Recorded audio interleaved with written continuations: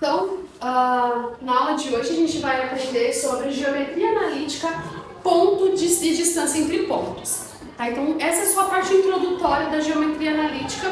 Nos próximos vídeos eu vou trazer um pouco mais, né, alguma coisa mais formal e complementar sobre esse pequeno trecho que a gente vai ver agora, que é ponto e distância entre pontos. Então, a primeira coisa que vocês precisam entender é o que é um ponto. É algo bem simples.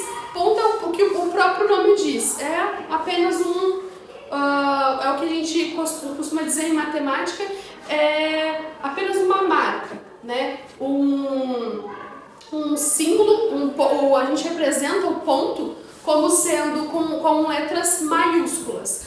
A reta com letras minúsculas.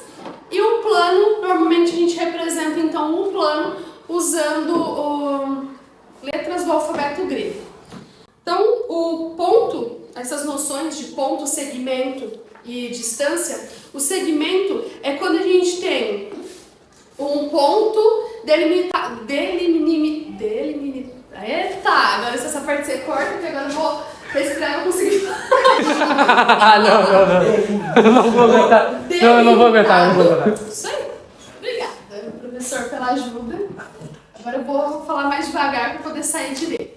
Então, um segmento de reta, ele é delimitado por dois pontos. Então, eu tenho, por exemplo, um ponto A e um ponto B.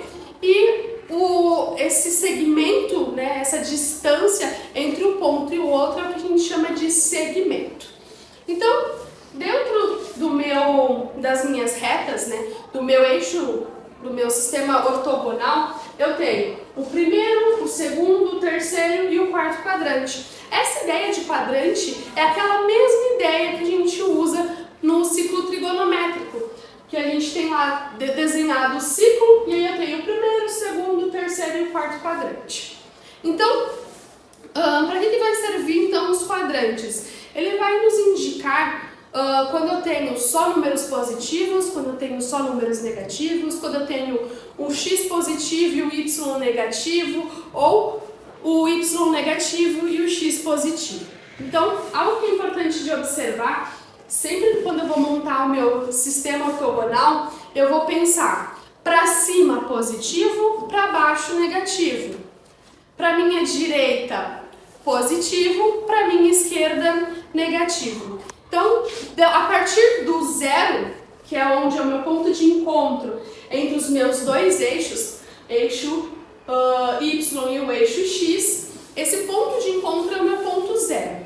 Então, nesse meu sistema ortogonal aqui, que eu tenho só o X e o Y, então, a partir do zero, eu conto 1, 2, 3, assim sucessivamente positivo, tanto para a esquerda, quanto para cima. Então, os números positivos. Os negativos para minha direita e para baixo, então, viriam então os números negativos. Sim, para minha direita, né? Aí faz sentido. Isso daí também vai lá para os erros de gravação, não tem problema. Então, continuando. Então, eu tenho aqui um ponto, né? Deixa eu vir pra cá. Eu tenho aqui esse meu ponto. E aí, como que eu represento, então, o par ordenado desse ponto? O par ordenado é representado por x e y. Primeiro, eu coloco o valor que representa o x e depois eu coloco o valor que representa o y. Sendo assim, eu vou ter a seguinte ideia, para ficar fácil de poder saber como localizar, então, o meu par ordenado. Eu vou pensar em batalha naval. Como que a gente faz quando a gente está brincando de batalha naval? Eu falo para a pessoa, por exemplo, aqui a letra e aqui eu tenho os números. E aí eu falo uma letra e um número. Então, aqui vai funcionar com a mesma ideia. Aqui eu tenho os meus números que vão ser representados pelo x, e aqui eu tenho os meus números que vão ser representados pelo y. E aí eu vou buscar. Então, se eu tenho, por exemplo, 2 no x, então localizei meu 2 no x. Se eu tenho 3 no Y, localizei meu 3 no Y.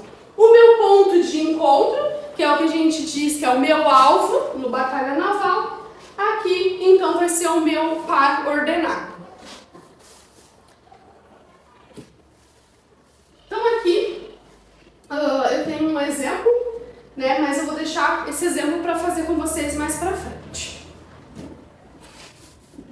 Então eu tenho aqui esses pontos 3 e 2, 1 e menos 1, menos 3 e 4, menos 1 e menos 3.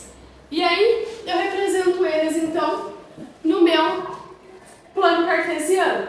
Então, lembrando, o primeiro ponto, que era o ponto A, eu tenho 3 e 2.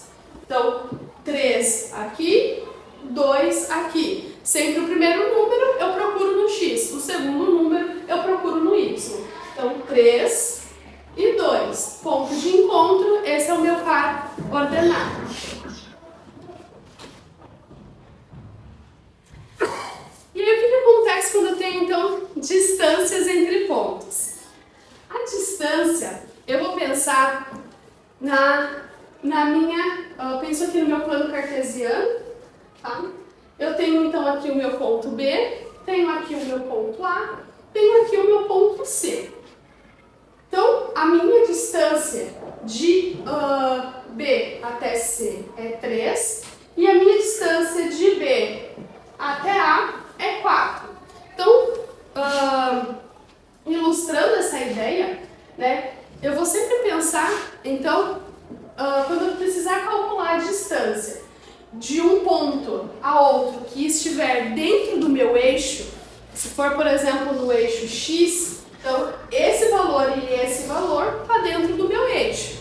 Então, quando eu for calcular, eu vou fazer esse valor menos esse. E aí eu encontro a distância dos pontos. Então, supomos que aqui é o meu ponto 1 e aqui é o meu ponto 5. Aí eu vou fazer 5 menos 1, 4. Sempre indo do maior para o menor. Então, 5 menos 1, 4. E aí eu tenho, então, essa distância desse ponto. E a mesma coisa aqui.